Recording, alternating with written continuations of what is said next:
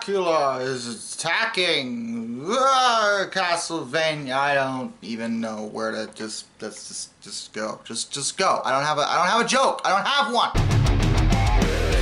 The game has been rigged. Forget all the rules. Stop believing what you're told.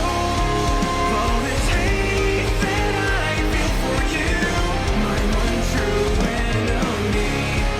Once was blind, but now I see. It makes me question why.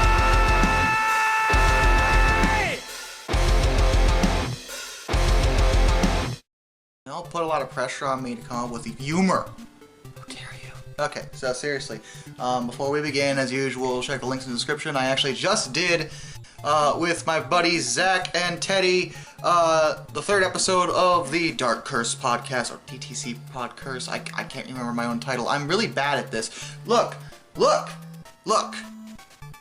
It's there. It's all about Castlevania. It's a whole series. But for this particular video, we're going to be covering, I need to narrow the focus because it's just me now. Plus the video. And I don't want this going for like 74 years. Because this is a long series. In addition, thank you so much to my patrons and channel members. You are what make this content possible. There are, of course, other links to other channels, as well as my things like my Twitter and TikTok and everything else I use to communicate with the masses. People. I don't know why I do this. I don't even like people. Okay, so, Castlevania. Why am I talking about Castlevania instead of a proper horror game? Well, to begin with, I do think Castlevania can be called horror-esque. I mean, it's not scary in the sense of, you know, fear, but it's not like, it's not horror themed. It's all the classic horror tropes, you know, you have the Frankenstein's monster, Dracula, of course, hunchbacks, mummies, you know, things like that. You know, ancient mythology, you know, taken into account here. I mean, you know, it's still a kind of a horror series, and you might be saying, well, what can you add to the discussion? The angry video game nerd already did this darkness. Do you think you're better than him? And the answer is probably not. But I do think I can offer a bit of different focus of insight when it comes to the series, because the AVGN came from a place of nostalgia. He obviously loved the series and, you know, grew up with it. I, on the other hand, did not grow up with Castlevania. I didn't play it till I was a teenager, so I have a bit of a different point of view when it comes to especially the older games. That being said, I love Castlevania. I think they're great games. I just think my viewpoint is obviously going to be just a little bit different because I'm from the outside looking in a little bit. So we're gonna start at the beginning. You know, I'm gonna try to focus on the older games for at least this review. If you guys want me to do more games in the series, I might do it before the end of the month. We'll see how it goes. But I'm gonna focus on what I played in the recent released Castlevania Anniversary Collection, which is actually quite a good collection. It's pretty nice that Konami actually did something involving gaming that wasn't horrible. They haven't done that in years. So we'll start at the beginning. Castlevania on the NES. What is Castlevania on the NES? Well, it's like I said, it's a horror-themed game, but it's more of an action side-scroll than anything else. It's got platforming elements, obviously, there's combat and things like that. You play as Simon Belmont. The Belmonts are a family of effectively monster hunters. They have you know, sworn an oath throughout the generations. They are fated to face Dracula every time he reincarnates himself and comes back and tries to take over the world. Simon Belmont is equipped with a whip, which would later be known as the Vampire Killer, a very special whip. But the whip it offers a bit of a range to your attack. It's, you know, from a gameplay perspective, it's kind of interesting, and you could equip different weapons along the way that can help you in certain situations. The weapons are powered by hearts. I don't know why. They just are. Just let it go. The hearts are usually anything but health in Castlevania, with one exception I can think of. Health is instead turkey legs, or pork chops, I guess is what they're supposed to be. It's meat, protein, to fuel your swollen muscles and biceps, because Simon's like a barbarian or some nonsense going on here. You fight your way through the hordes of undead and monsters to face Dracula in his castle. There are multiple levels, and I would say to explore, but compared to especially the later Castlevania games, the original is very linear. In fact, it is just linear. Walk to the right side of the screen, generally. I mean, there's some levels that make you go up, maybe, possibly back to the left, but again, you're still going on the same path. You're never lost in the original Castlevania. And that's why I think I actually kind of prefer it in some regards. Because it's aged extremely well. Like, this is still a really fun game to play, especially for the NES. This is one of the best NES games, in my opinion, out there. Is it perfect? No. There is one thing about it that drives me up the wall, and this would be a little bit remedied in later installments. The knockback on Simon when he takes a hit, generally, you don't die because you lost all your HP. No, no, no, no, no. What you die from are pits. See, even though Simon Belmont is a legendary vampire hunter who, was sworn to protect the world from the hordes of undead and is unspeakably strong, dude can't swim. And this is like a running theme in most Castlevania games. The main characters almost never, there are some exceptions, but almost never seem to be able to know how to swim. And to me, if you're gonna be like a hunter of horrific monsters that could kill you in some cases with a thought, swimming might be a prerequisite. I understand you wouldn't think maybe I won't need to do this, but I feel like you should know how to do this very specific thing. And I understand that old games tended to make water a hazard for reasons that have never been clear to me, but come on, dude, swim, do anything. Like, this is insane. So you get knocked back, whether it's into water or into bottomless pits, which at least is more reasonable in that regard. In addition, the stairs. The stairs are horrible. They are a death sentence in this game. If you get knocked off stairs, I can almost guarantee you're dead. The Medusa heads are legendary for how annoying they are, though I personally find the hunchbacks way more irritating, especially that walkway that's just nothing but a horde of them. They are so irritating. Like, I can dodge the Medusa heads and they'll go off screen. The hunchbacks actually turn around and come back at you. Like, you pretty much have to fight them. Birds are also a constant annoyance. I don't know what it is about birds, but birds in Castlevania just want you to die. And yeah, it could be a frustrating experience. But this game was made around the time when developers couldn't necessarily make games as long as they wanted to. So to compensate and encourage replayability and, lengthen the experience, they would make the games just really, really, really hard. So you would have to take time to learn how to play it. And in this regard, the balance seems pretty good on Castlevania where, yeah, it's tough. It's very tough. But it's so enjoyable from a simplistic perspective. Like, it's so much fun to play even now that I don't think the difficulty really takes anything away from it. Because you wanna get better at it. You wanna keep playing. You wanna keep going. You wanna beat Dracula. You're gonna do it. It's a matter of personal pride at this point because you aren't gonna let the game do this to you. So ultimately, I love Castlevania, and that's not to mention the music and the visuals. The visuals are, okay for 8-bit. I mean, it's got a very haunting atmosphere, and I like that. But Castlevania's music, and this is going to be a general theme as we go, is almost always awesome. Castlevania music is phenomenal. So, no issues there. Now, there are a bunch of spin-offs, but we're going to focus on the main series. Like I said, I'm dealing with, the anniversary collection thing and what's in there. So we're going to go with the immediate sequel to the first Castlevania, which is, of course, Castlevania Simon's Quest. Simon's Quest is, I'm sure many are aware of the AVGN's issues with Simon's Quest. And I wanted to go into this and offer a different perspective. Trying to say, maybe if you look at it this way, because some people do like Simon's Quest. But I'm gonna be real with you, I actually hate this game. I appreciate what they wanted to do here. I do. But man, it just doesn't work.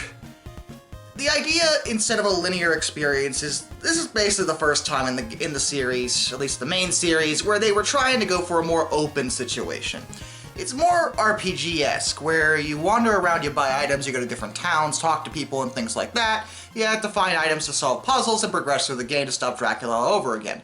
The problem with this is, given the primitive nature of the NES, because it's an older system, you can only push it so far, knowing exactly where you are in the game is a little bit difficult. I don't think it's as confusing as some games, but the fact that I never really seem to know exactly where a place is does seem to be an issue, if I'm being honest.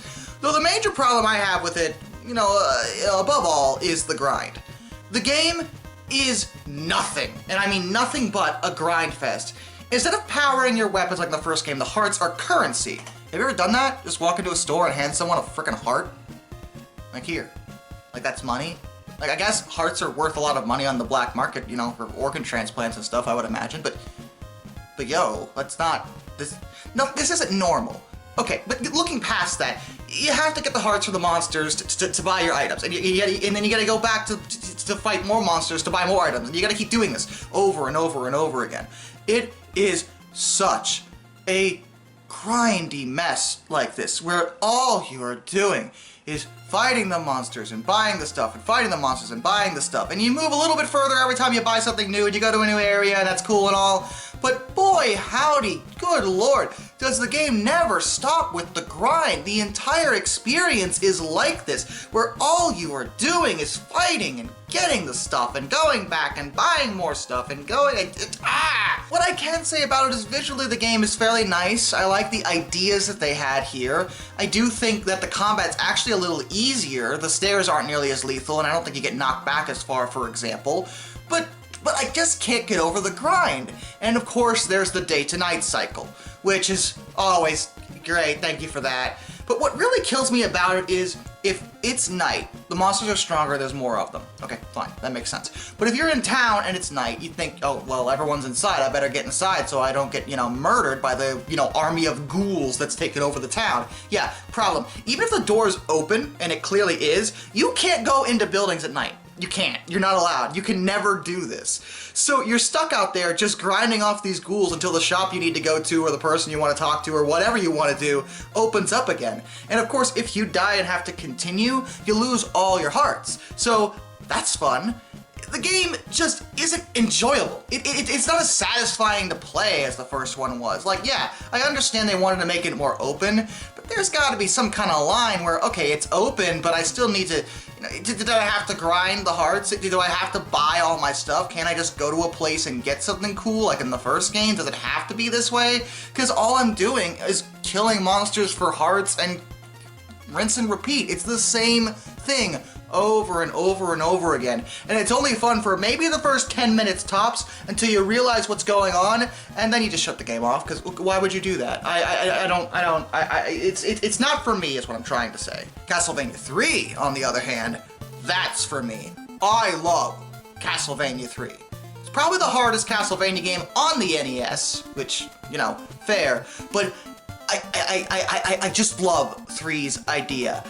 They made it a little more open, not, compared to the first game, where there's actually different directions to take, where you can choose which levels to go in what order, which I always thought was really cool, but also there's multiple playable characters. There's Trevor Belmont, who's an ancestor of Simon's, there's Grant, Sypha, and Alucard in his first game appearance. I am sure everyone's familiar with Alucard, as he's one of the most popular Castlevania characters, and even though I find him a little overrated, I kind of prefer Trevor and Sypha. Of course, I've watched the anime, but whatever. He's still pretty cool. The fact that you have multiple playable characters is nice. The level design is interesting, though very challenging. The boss fights actually take a little bit of thought. The game pushes you to the brink in terms of difficulty. It is probably one of the hardest games on the NES in this regard. It is pure and simple classic Castlevania at its most perfected. It is fun. It is action-packed. The set pieces are great. The horror dynamic is awesome. The fact that there's multiple playable characters, different abilities is cool. And I just love just the whole thing. Like, even though, yeah, it beats my face in. It does. I'll tell you that. I have trouble playing this game. It's hard. I actually really like Castlevania 3 just because of everything it does right. The music's awesome. The visuals are great. Very rarely did I feel like I was gypped. I think the only time where that happens is when I'm playing as Grant, and I think he's going to grab something, because his whole thing is that he can climb, and he just doesn't. Then I feel kind of gypped. But other than that, this is a great game, and I love Castlevania 3. If you can, out of all the Castlevania NES games, if you can only play one, play 3. That is what I'm saying. And if you don't want to play 3, then play 1. And if you don't want to play either of those, then still don't play Simon's Quest. I hate Simon's Quest. I can't recommend it. I can't. I'm sorry. I know some people like it. Do great, but it's not. If you don't like grinding, don't play Simon's Quest. Moving past 8-bit, though, let's talk real quick about the 16-bit renditions of Castlevania. I know that the collection has the Game Boy ones, but I don't really have much to say about them, except that they say that the music on them is excellent, and both games are pretty decent for Game Boy standards. So I guess if you want to give them a try, there's no harm in it, but they definitely don't hold a candle to their console counterparts, because of course they don't. Why would you think that? The only difference, they have exclusive stories and stuff. They're not the same exact game, which is kind of cool, but yeah. But what about Castlevania 4 on the Super Nintendo? A lot of people really talk this one up, and I'm gonna be honest, that's fair. Castlevania 4 is really good. It's basically a remake or reimagining of the original Castlevania, but with a ton of improvements, both from a visual perspective, from a sound design perspective, from a gameplay perspective. You're taking the role of Simon again, stopping Dracula, but man, is this game fun to play. It's still challenging, but you have a ton of control over the whip, where Simon can whip in any direction he wants. And this is even the case in midair. This means that even though the game is challenging, I don't think I ever felt gypped in this game when I died. Like, every time I died, I felt like I knew what happened, what I did wrong. You can't say that about the original Castlevania because there's so many times you get knocked back and it's like, why? This game, that really doesn't happen because, again, the whip is almost always available. You can do it in any direction, so angling it is so much easier when it comes to fighting the enemies back. And there are plenty of enemies to fight, but it's just, God, it's so good. Like, I really do like Castlevania 4. It's one of the best Super Nintendo games I've ever played, if I'm being honest. If you haven't played this one, definitely give it a try, because man, is it a fun game to play. But Castlevania 4 was not the only 16-bit Castlevania game. The other one we're going to discuss is on my original console, my first real game console, the Sega Genesis or Mega Drive, Castlevania Bloodlines. Now, Bloodlines is an interesting one. It doesn't play like Castlevania 4. Instead, it plays a lot more like the older Castlevania games, and oddly, a lot like the newer ones. Because nothing has ever really done anything like 4 since 4 came out. Everything's kind of gone back to basics, because I think they felt like they couldn't balance 4's gameplay easily enough. That's my guess. But the thing about Bloodlines is this. Remember how I mentioned there were horror elements in these games? And there are. Well, one of the things I think most people are aware of is, back in the day, Nintendo was really against any kind of blood and gore on their consoles. They wanted to make sure they were always going to be kid-friendly. That's why Mortal Kombat had such issues. Sega wasn't like this. That's why Mortal Kombat on Genesis was considered superior. And Bloodlines seems to take full advantage of this. In some ways, it's almost on a level of Splatterhouse. Not quite that far, but it's still similar, where there's a lot of grotesque imagery in Bloodlines. And man, guys, you want to chill? That's all I'm trying to say. Though I appreciate the effort to make the game a bit scarier looking, because there's always been a horror theme here, and let's be fair, games wouldn't get truly scary until, I mean, on consoles, probably not until Clock Tower. And even then, that was kind of an exception to the rule. I don't think games really got creepy until PlayStation era. Again, on consoles, PC gamers had it a little earlier in some regards, but that's a different topic entirely. The point here is there was a lot of effort with the imagery, and visually it's one of the nicest looking games on the Genesis. The sound design is excellent, taking full advantage of the Sega Genesis' sound card, and there's 2 playable characters in this game, John Morris and Eric Lecard. John uses the vampire killer like the Belmonts did, and he's not quite as good as Simon was with it, but he still does just fine. There's also Eric Lecard, who uses a spear, which is pretty cool. Each one has different abilities, and though they go through basically the same game, the fact that they have different gameplay styles does make replayability pretty high. Though this game is tough, and in many regards, I feel like it's a little more unfair than previous Castlevania games. There are certain sections where the game literally tricks you into just kind of choosing a path, and if you pick the wrong path, you die, because neither of these characters can swim again. I really drove me crazy. The Temple of Atlantis, like, really, why'd you have to do it to me? Outside of that, though, this game is great. Like a top-notch entry for the Genesis' library, and a great addition to the Castlevania series as a whole. So, ultimately, I really like Castlevania. There are plenty more Castlevania games I can talk about. If you guys want me to talk about any ones in specific, feel free to let me know down in the comments. And with that, till next time, this is Darkness, and I bid you all a fond farewell.